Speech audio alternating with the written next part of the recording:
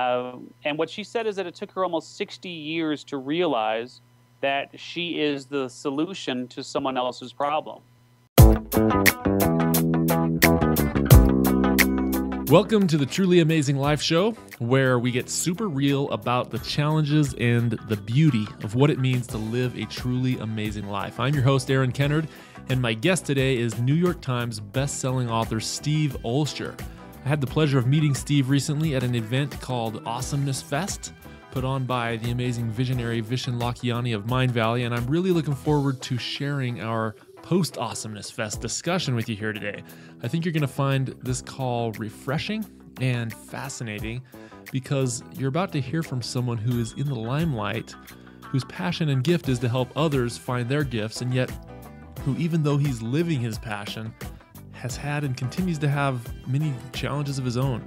I think you're going to enjoy this raw, just open discussion with Steve about living through the grind, and I look forward to hearing your thoughts on it.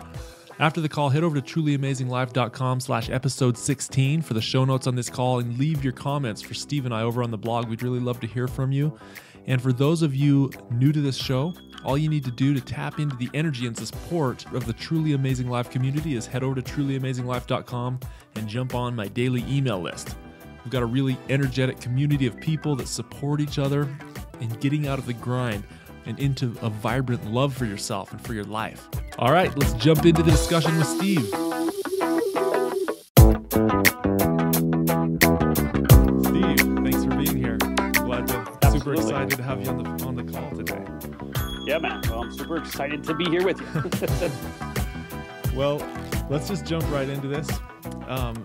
Steve, first of all, quick introduction. Steve Olsher, best-selling author, wrote What Is Your What?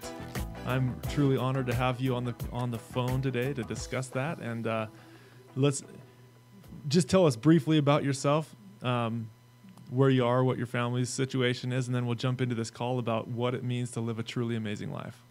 Cool, man. Yeah, I lifelong entrepreneur. Started out as a DJ a number of years ago, and moved into the nightclub business and catalog business and real estate and .coms, and I mean, you name it, I've probably done it over the years, including selling speakers out of the back of a van. You know, I mean, if you remember that old thing of, hey, buddy, we happened to pick up a couple of extra speakers here that didn't make it onto the invoices. You interested? You really right? did that. Kind of thing, right? Nice. So,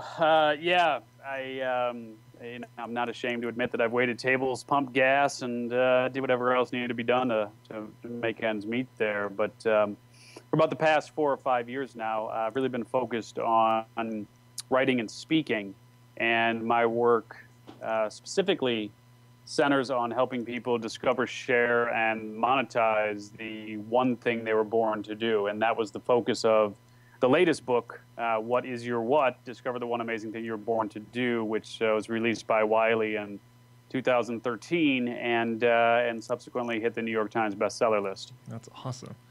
That's really cool. And you wrote a number of other books before that, right? One or two? I did, yeah. The most popular book that I've got outside of this one is a book called Internet Profits, which is spelled P-R-O-P-H-E-T-S. And the sub on that was The World's Leading Experts Reveal How to Profit Online, and that one did pretty good as well. That's cool. Well, thanks for that quick intro.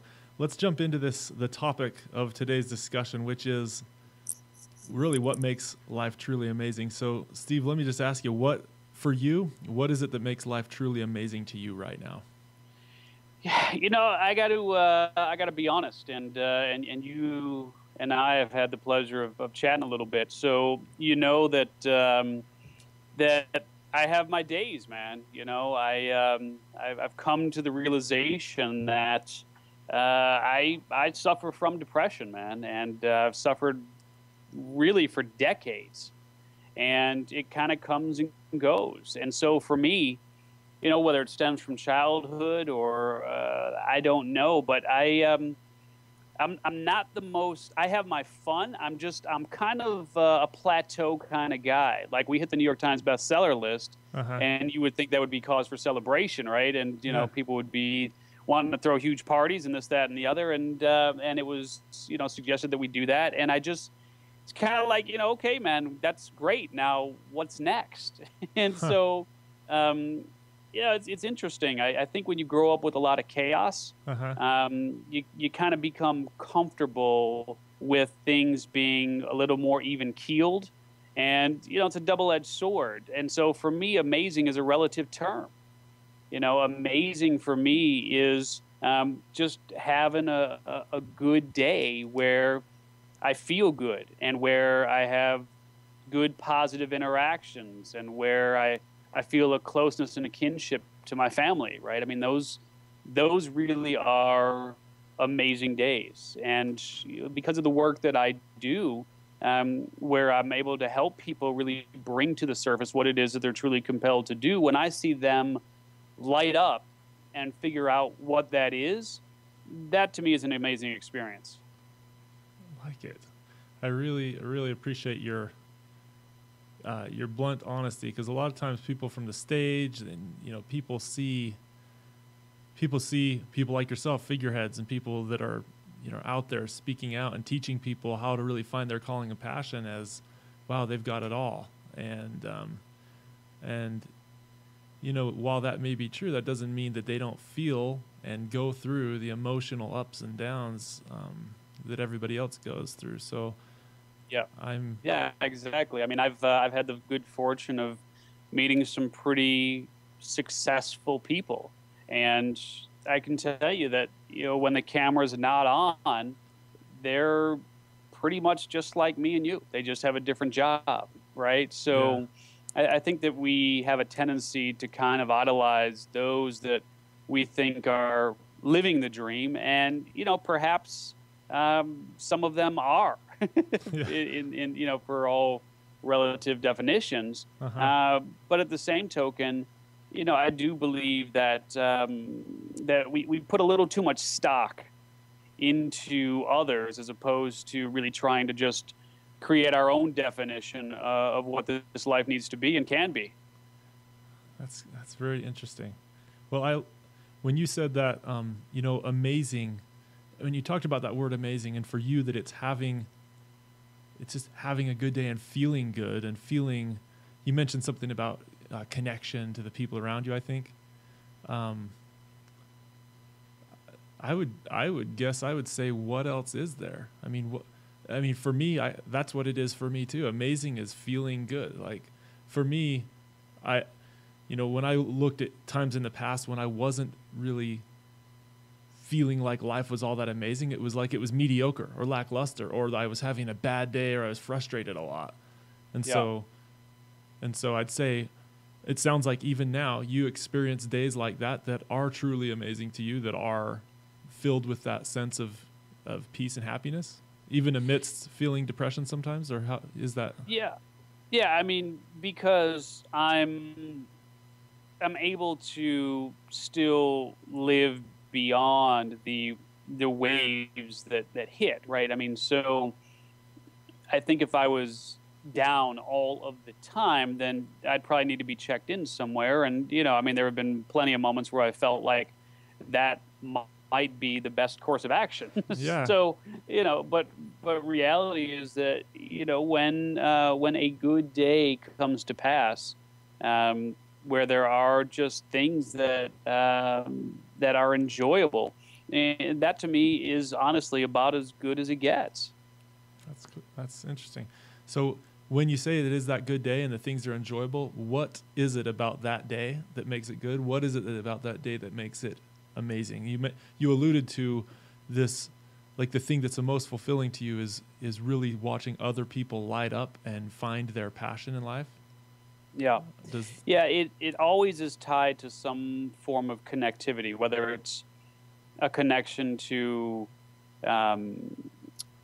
my wife, or to my kids, or to someone that I'm working with, or having a conversation with someone like you. It's really just when there is that sense of connection. And I think ultimately that's what we really crave as beings on this planet, is that sense of connection. And when that connection lacks, or when there's a feeling of being outside of the zone of comfort, Uh-huh. I think that's when things tend to spiral, at least for me. Interesting. So when you say that connection, are you referring to just connection with others, or are you also referring to connection with yourself, or with any, like a higher Yeah. power or anything like that? Yeah, it's interesting, right? Because for from what I've been able to gather over the years and trying to understand more and more about who I am, um, I really can't say that I've ever truly felt connected with this being that I am, right? I mean, it's really hard to it gets really really deep, right? In Yeah. terms of who we actually are and what we actually are. Yeah. And for me, it's more of a connecting of souls, and I don't think that it's. I mean, it's possible to do that obviously on your own, but for me, the energy really gets fed from the souls of others. Not to say that I'm a vampire, Yeah. like a psychic vampire as they're known. Yeah. But there is again something about sort of the two souls being able to connect in a meaningful way that is something you just can't experience on your own. Yeah. Interesting. And that's where it sounds like is for you is where you gain a lot of that joy in life, is that connectivity through to other people in It various is. forms. It is. Yeah. I mean, those are typically the days that I would define as being amazing for sure. That's cool. So on the days that are not, on the days that don't feel so amazing, the days when you're down, you're discouraged, and you're despairing, I'll tell you, I can relate. I've been around numerous people that have been suffering severe depression, and I've personally suffered it, like through just last fall when I had this life-threatening illness and I was stuck in the hospital. I had major anxiety attacks. I had really many hopeless feelings and despair, and I experienced on this like really fast, like short-term, hyper concentrated state. So I didn't experience it over years like maybe you have, or like a lot of other people have, but I can tell you that I can relate. So on those days when you're just despairing, then what is missing on those days from your perspective? Is it I mean, it sounds like the connection is not there. Maybe you're alone a lot, or what is it that makes Mm-hmm. Yeah, and it's like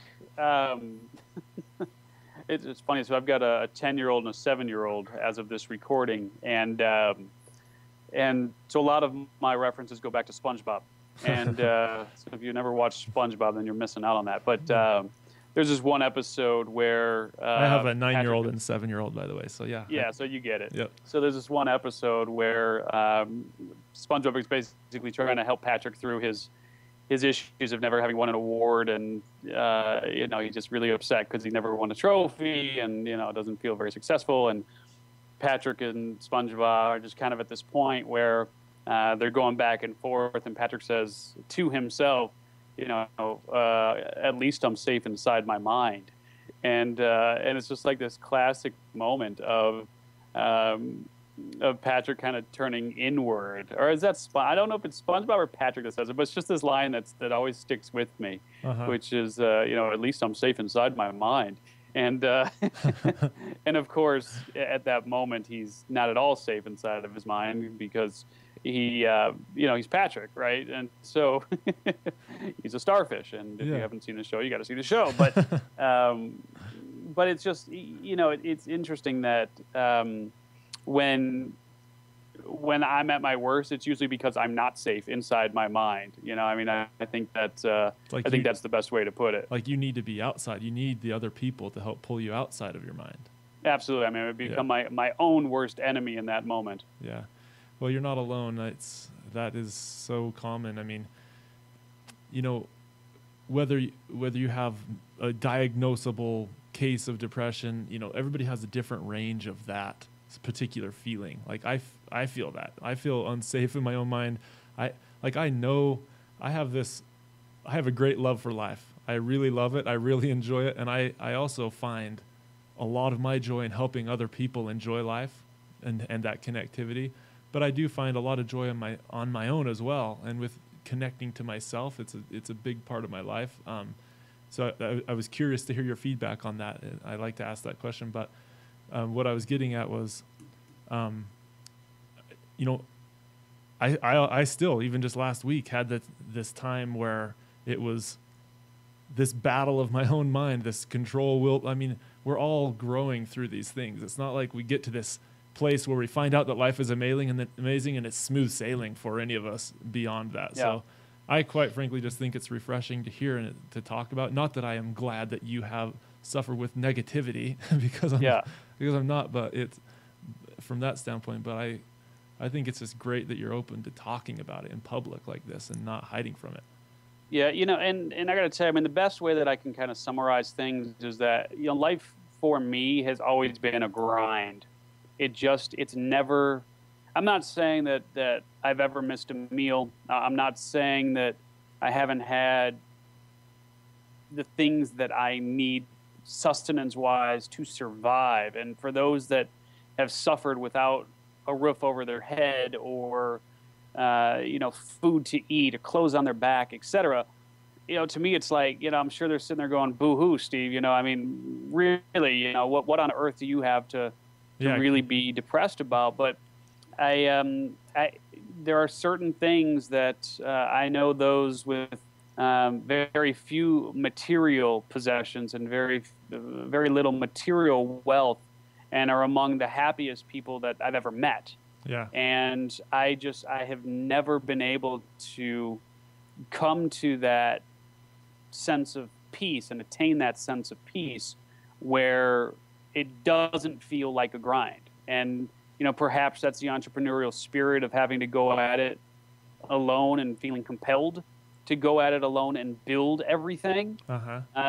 But even in my relationships, and I take full responsibility for my role in my relationships. I mean, every relationship is a 50-50 two-way street. Yeah. And I know I am not the easiest person to live with, to be with, any of that. Yeah. Which contributes to then the grind that I'm sensing. And that, of course, then becomes a very, very vicious circle. So it's those who don't have the same challenges with the grind. I guess that's the best way to put it. And you say you've always had that throughout your life, pretty much throughout it all? Yeah. We don't have to get into a therapy session. Yeah, here, no. Reality is that it's, it stems really from having to kind of fight my way through upstream, not necessarily from a monetary standpoint or a sustenance standpoint, but to some extent from a survival standpoint. Yeah. Interesting. Well, so this takes a different flow then from the interview, which is totally fine because, I like exploring this question, and I don't want there to be just one rote canned answer. We're all human individuals, and I believe there's something valuable for somebody listening right now to be gained from hearing your perspective on this and just from sharing straight from the heart about this. And I'll just tell you my perspective is that I felt that grind at various points in my life. I felt that, and there became moments of clarity where I was able to feel kind of beyond that. And so I feel that sentiment when you say that. Like, I feel that envious that you say, like, I know what you're talking about, that you feel like you want, because I've experienced that. And I don't mean to say that like, hey, I've got it. And I'm just giving the contrast that it is absolutely possible to get out of that grind, and everybody's just got a different path or a different way on that. I don't know I don't know what your path is on that or why this is happening for you in your life, but I think it's interesting to analyze. So I guess I generally like to find out about a story, time in your life that kind of impacted you most, changed your perspective. And it sounds like you've got a lot of stories that have led to your perspective today. Has there been Has there been any one story that you can think of from your life that that led you to more joy, or has it been? I mean, tell me if I mean, even the moment that really led me towards my current work is not exactly one that I would define as being joyful. Yeah. It really stemmed from an experience that I had about 5 years ago, where I was with my stepfather, who raised me from the age of 10. I was with him in his final days. He was on his deathbed. And I was holding his hand, and while he could no longer verbally communicate, I believe that we were able to connect through that point of physical touch, because while I was holding his hand, I had a vision of my funeral, not of his funeral, but actually of mine. Yeah. And literally, as I was laying in the casket, and it was dark and damp, and I was being lowered into the earth, and I could kind of see a bit of daylight through a couple of holes, but I could hear very clearly what was going on outside of me. I could hear those words, which were being spoken, I think, by a preacher or rabbi or whoever it might have been, and it was basically, "Here lies Steve Olsher. He dedicated his life to chasing the almighty dollar," and that's all that was said. And it hit me really hard, because up until that point, I had really been focusing on the dollar and had been a commodity-oriented, driven entrepreneur. And I strongly believe that my stepfather was saying, hey, this is your inevitable fate unless you change course. And I didn't really know what to do, but I knew that he was right. I mean, I've always had sort of this nagging kind of like, tugging at my collar type feeling that I was meant and made to do something extraordinary, but I really didn't know what that is and what that was. And so, again, I didn't really know what to do at that point, but I knew I had to do something different.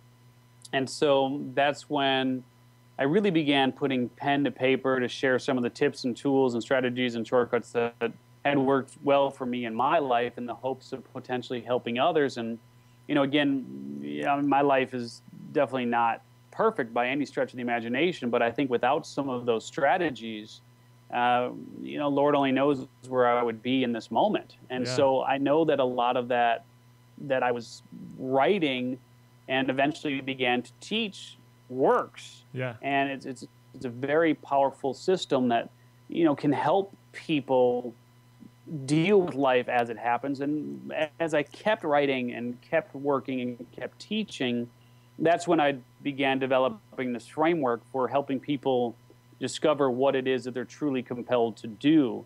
Yeah. And, I've always really had this nagging type, tugging at my collar type feeling that I was meant and made to do something extraordinary. And I knew that I really did want to have impact not only on those who share this lifetime with me, but also on those of lifetimes to come. And I just didn't know what would make that happen. So that was the path then that I forged, where it became a necessity to move forward with eliminating some of those elements of my life that really were dragging me down. And was that like other businesses and stuff? Other businesses and people, and activities, all of the above. And so that was 5 years ago, when you had that turning point, that situation with your stepfather? Yeah, I now refer to that as a yay-no moment, a yes-no moment, that yay-no moment, sort of that fork in the road where you're faced with that moment of truth, that epiphany, that come to Jesus. I mean, whatever you want to call it, it's just you've got a choice, right? I mean, one direction leads you towards becoming who you were born to be in alliance with who you inherently are, and the other moves you in a digressive fashion where it really puts you away from your core self. And so, for me, it was really a matter of taking that former path. And again, I got a long way to go down it. But, certainly at this stage, I'm much closer, I believe, to who I inherently am than I've ever been. That's cool. So that was a major transition for you. And what did that do for you from the standpoint of feeling? I mean, at the time, you had this big wake-up call. What did it – I mean – you're on a better path. You made a choice that was good because it's speaking to your soul and helping other people. You don't feel the same potential regret, like you're going to die. If you died today, you knew you just chased the almighty dollar your whole life. You know right now that you chose to change your life and to do things that were more impactful for people, I guess, right? Yeah, and I think it's really just important for others to understand that, I'm not knocking the commodity oriented businesses. I Yeah. mean, people need calculators and you need pens and, Yeah. I mean, I get all that, Yeah. but I had done that for 20 something years. Yeah. And it just reached the point where I really felt as though, because like real estate's a perfect example. If I died tomorrow, my tenants wouldn't be lining up to pay their respects. They'd be lining up trying to figure out where to send next month's rent. Yeah. Yeah.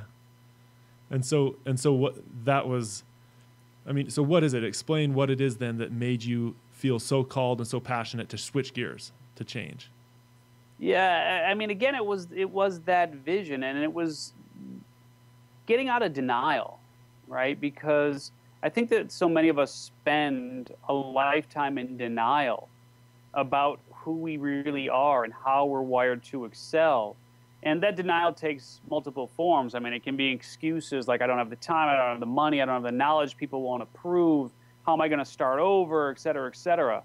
And for me, it was really just a matter of saying that, who am I living this life for, right? And what is it exactly that I hope to leave after I'm gone? And Steve Jobs talked about, how are you going to leave your dent on the world? I mean, that was one of his famous expressions.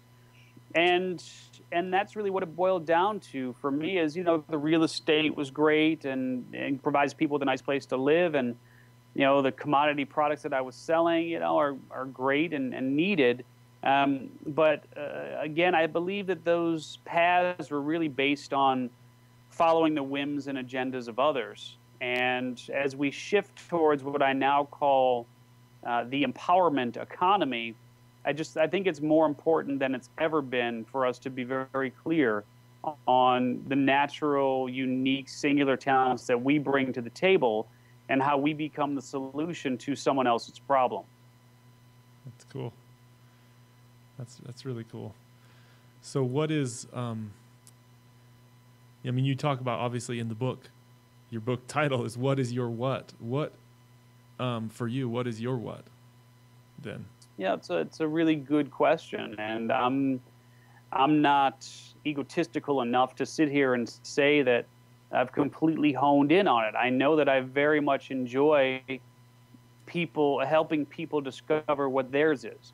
And so, I don't want that to sound like a cop-out, but, Yeah, no. I do find a lot of fulfillment by helping people discover what it is that they are truly compelled to do. And so, the equation of being able to answer the question, what is your what, involves first being clear on what your gifts are, then understanding the vehicle that you will use to share those gifts with the world, and then the people that you're most compelled to serve. And so my gifts are all aligned with communication in one form or another, either in-person communication or written communication, etc. Huh. So that clearly allows me to use those gifts. I can write and I can speak and I can teach. And then the vehicle that I use to share those gifts with the world it's not laser focused because it involves a couple different media, but it all revolves around, again, teaching and speaking, right? I mean, those are the two core elements of that vehicle. And then I am truly compelled and fired up to work with people who are looking for what's next. And maybe they've had tremendous success and are looking to do something different, or maybe they've had no success by all practical definitions whatsoever and are looking to take that first step. Which is why you're known by a lot of people as the reinvention expert, right? Yeah, exactly. America's reinvention expert is a moniker that I've picked up over the years because I do, it's interesting, right? It's like forest for the trees. I can, if you and I sat down for a half hour, I could 3x your business in 120 days. I mean, easy. So it's a gift that I And we're have talking about the because I wrong can thing. see it. Let's change gears. No, I'm just kidding. Right? And so yeah, man, it's really interesting to see how as I get deeper into this work that my what becomes clearer. Yeah. But is it completely 100% in focus at this moment? No, but again, I also do believe that life is organic Yeah, I mean, does it and have that to it's be? I mean, fluid. like, can't your what change? Different seasons in your life, or does it have to be the same thing your whole rest of your life, or what? Well, then that's a great question. So, in my way of thinking, the vehicle that you use to share your gifts with the world and the people that you're compelled to serve can change, and that's typically a reflection of life experiences, right? Things that happen to you. For whatever reason, something happened and you became exposed to X, and therefore you're now compelled to do Y. But I do believe that your gifts are really a part of your DNA. They're a part of your blueprint, and I don't believe that those change. Yeah, but then they get manifested in various different ways, like you said, through the vehicle and the people that you're serving. Yep. At different times throughout your life, or in different ways. Yep. Absolutely. Huh. That's really cool. Well, let's shift gears a little bit. You saw my the 12 Pillars of a Truly Amazing Life, the poster that's sitting behind me. That's easy. Yeah, tell me, which one is stands out most to you right now, and why? To me, it's all about creation, because I believe that there's only two types of people. And sometimes we take on both roles in various forms and times of our lives, but there's really only critics and creators. And it's really easy to be a critic, and it's super hard to be a creator. I mean, whoever listens to this, I am sure that they have had their criticisms since we started. Why is Aaron wearing that hat? Because it's snowing outside. Come on, give me a right? break. Why doesn't Steve get closer to the camera? Why are Aaron's edits so bad and choppy? And, I mean, it's like, it's so easy to be a critic, and it's super hard to be a creator. And most people stop creating at a very young age. And the question is, when is the last time that you created? Not because you had to, but simply because you wanted to. And when did you put something forth for the world to judge? I mean, when is the last time that you've done that? And for so many people, the answer is so long ago that they can't even remember. That's cool. I like the way you put that. That's a powerful principle, for sure. Is there any books, any one book, I should say, that you'd recommend to people that's helped you? I mean, I think you offer a very unique position, and I'm going to ask you the final question before we go is to give us a final parting piece of wisdom from yourself of what you've learned about how to live a truly amazing life, and from your perspective of dealing with a challenging circumstance, dealing with depression. Like, what's the thing that helps you the most? What's the book, first of all, that has maybe helped you the most in that regard, and how to live in finding those pieces of joy even amidst very big challenges? Yeah, and I've always been enamored with the human condition and the principles of success, and not because I'm overly concerned about material possessions, but just because I've dealt with depression for decades. How do people create lives of purpose, power, and conviction, right? Where they seemingly have impact that is meaningful to them. And so from that perspective, I've always been a big fan of autobiographies, and just love reading about how someone got to where they are today. So you name it. I mean, Richard Branson, Losing My Virginity, right? I mean, great book. So is that one you've read more recently, an autobiography that you've read more recently then that you would recommend? So the most recent autobiographies that I've read are Walter Isaacson's Steve Jobs, which I know so many people have read, and rightly so. and also Bill Clinton's My Life. And now that's going on a number of years already, but it's a really big book. It takes a while to go through it. Yeah. So, a really interesting story as well. And, even Sumner Redstone's autobiography I really enjoyed, and Sam Walton's as well. So, a lot of these books have been out now for quite some time, but So the autobiographies just really speak to you, huh? they do. Yeah. Again, it's about the journey, and one of the things that I say is that the destination is the road, and the journey is the destination. And Yeah. so I really do enjoy learning about other people's journeys and what they've done. That's cool. Well, it's really interesting to me. In talking to you, I look at these 12 pillars of a truly amazing life, and I look at you, and I look at your just openness. Like you embody so many of these things, even though you are dealing with depression. So it's like, I think this should be a resounding, hopeful thing for people to hear, that it's not like all or one or the other. Like you have your moments of joy, and I really just honor you and just in talking to you and looking at the way you're still out creating, you're still out smiling. I mean, Yeah. somebody looking at you wouldn't tell that you are suffering mentally at all, because you're smiling. Yeah. You're taking that action. You're being creative. You're succeeding. You're empowering others. I mean, you're living and you're loving. You're standing here at no personal gain, just to share openly. I just want to highlight that for people to see that you are embodying most of these pillars of the 12 pillars of a truly amazing life that I teach and that I feel are what makes life truly amazing to me. And so I honor you for that. And I want to wrap up to say, let us know, steveolsher.com. That's your website, right? Yeah, that's the main website. Yeah, I mean, if I'll just grab it here, but if people are, so this is the book that you were referring to. So what is your what? Discover the one amazing thing you were born to do.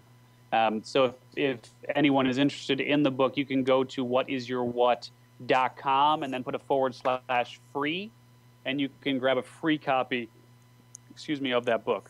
Nice. Fantastic. So yeah, go to whatisyourwhat.com /free. Get a free copy of Steve's book and read it.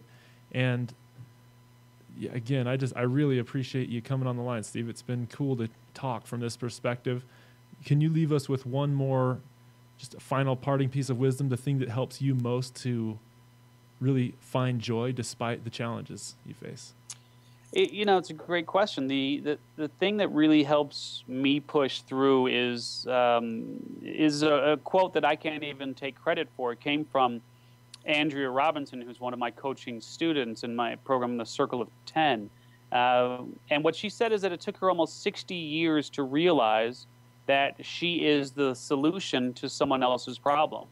And I know I mentioned that earlier in the interview, but it's so powerful, and it's what really helps keep me focused on continuing to do the work that I'm doing. Because when we keep what we have within, and we don't share of ourselves with others, we're not only doing ourselves a huge disservice, but we are truly impacting those who are waiting for us to share what is uniquely ours with as many as possible. And so it's a mantra that I try to keep in mind. And it's funny, as you're giving me the compliments about my openness and honesty and how I embody the pillars, etc., the fight or flight in me, really deflects that and wants to deny it. Right, and and literally, like, I was tearing up as you were saying that, because it's so hard for me to just simply receive that, and so that's what I encourage people to think about, is that really the world is waiting for you, and whatever it is that you're fighting through, it's worth the battle, and just stay in the game. That's awesome. Well, thank you for receiving it. And I'm gonna re-emphasize it, because I don't think you can hear it enough. I don't think people can hear it enough, that I respect you for being in the game right now, because I know how hard it is to just step out and get outside of yourself when you're feeling like crap, you know, and when you're feeling down mentally. Like, it's hard to go out. You don't want to go be around people. When you talk about connectivity, like, that is the most helpful thing for you, and yet that's the last thing you want to go do. I know, because I know plenty of people that have had that, and I've been there.